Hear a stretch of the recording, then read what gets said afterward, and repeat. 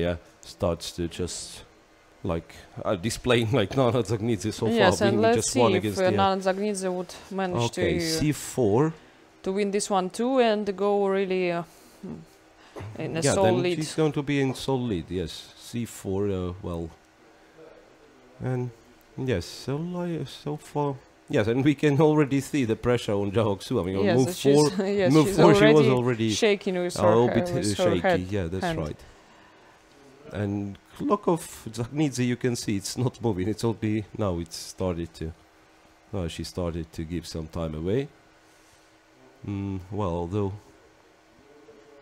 Yes, well, she chose a different setup for against the English opening, so it's going to be everything about the king side attack, I believe.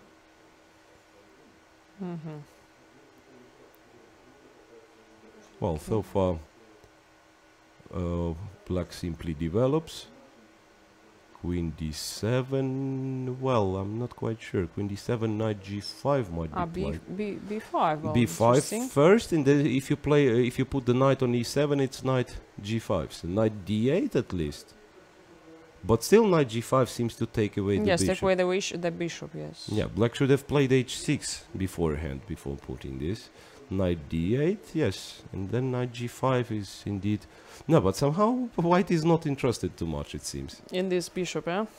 Yeah, I wouldn't be playing this without thinking. I mean, knight g5, the crucial bishop from e6, so your bishop on g2 is secured. No danger for the king. Yes, yeah, knight g5, eventually she played. Now what black has to do? I think black has to play bishop f5 to provoke e4. And then to come back. Yeah, and then to come back. And if knight takes on e6, then knight takes, and knight at least arrives to d4. At least to d4, and the bishop from g2 would look at the pawn on e4. So pawn, so still white might be better, but yes, just to put it in the most combative way, it looks like bishop f5 is a nice idea. Yes. Yes, that is what she does. I don't know, bishop g4 if it has to be included or not. Okay, she decided to include it, and now she returns. Bishop e6. Well, f4. White plays f4. Maybe threatening. Well, I'm not quite sure, but f5 might be a threat one day.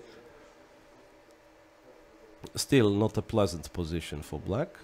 Oh, she decided takes, but then it's gonna be a bunch of central pawns for white. Yeah, it seems but like the bishop is not. Yeah, the bishop is not catched in this case. So bishop g4 now can be played, and bishop will stand on h5 and maybe still affect the game somehow.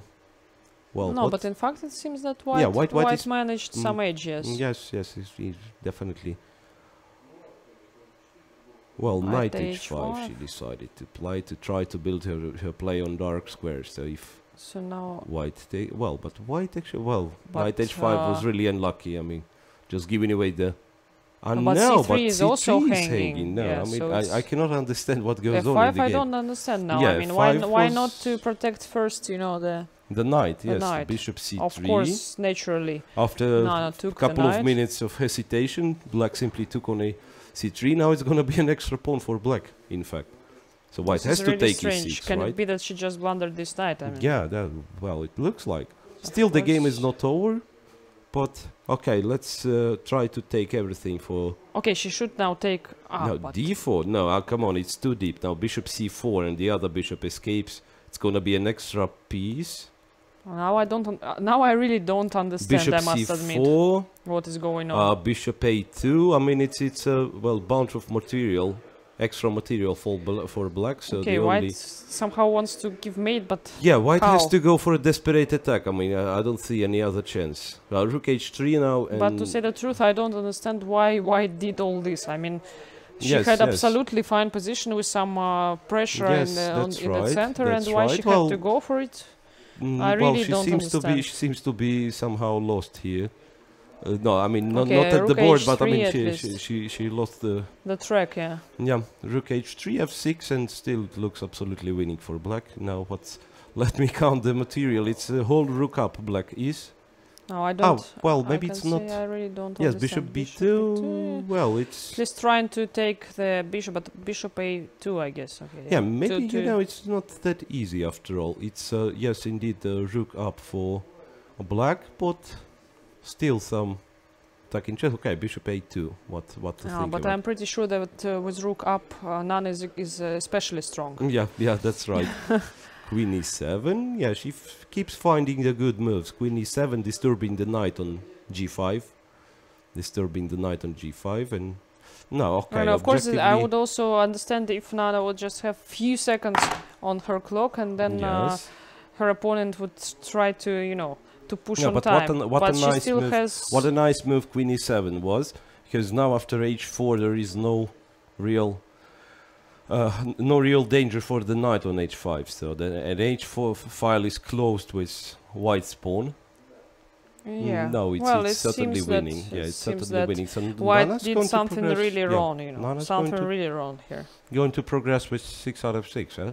Knight f7, okay. My goodness, one. Oh, but just after to capture the bishop, huh? With but the point is, with all these sacrifices, at some point Black can just give back, you know, half of the material and get, you know, steal some extra piece or something. Yes, rook f3. Well, now it's a nice time to... f4 is closing everything. So long diagonal is the only hope. Queen g6, knight f7, knight e5. If knight arrives to e5, it's immediately over. And it seems to be the case. Yes, knight f7, knight e5, and 0-1. No, it was really too much sacrificed. This position. Yes, we don't know what Zhao Xue missed, but obviously something went completely wrong here. Knight e5, yes, as we said. Now, I believe Black can simply take on f5. No, but then well, maybe there is no need. There is no need, because then... Well, take queen g4, it's still in... queen f6, nice touch, attacking h4. Well, now it's again a moment. Still, it would have been easy. Just a moment of converting for Black, and now but also 16 seconds for Dzagnidze. As we saw, Dzagnidze is fine with it. There's like plenty of time, 16 seconds. She was playing very confident with 2 seconds. Yes, and now she just wants to take on the still bishop. I would say it was easier to take this bishop. Now I guess maybe even another rook would knock out to g8 and she would start counterattack actually. Well, okay, it's easy to counterattack with an extra rook. That is what I have to say. Queen c7, rook d8, and she's winning more material actually. The bishop on d7 is lost. Yes, and so Zhao Xue just finally resigned, Zhao Xue realized it's too much. Something went wrong for Zhao Xue here. And also they finished quite quickly, right? Yes, we will see some other games now, but Nana Dzagnidze is the sole leader with perfect score.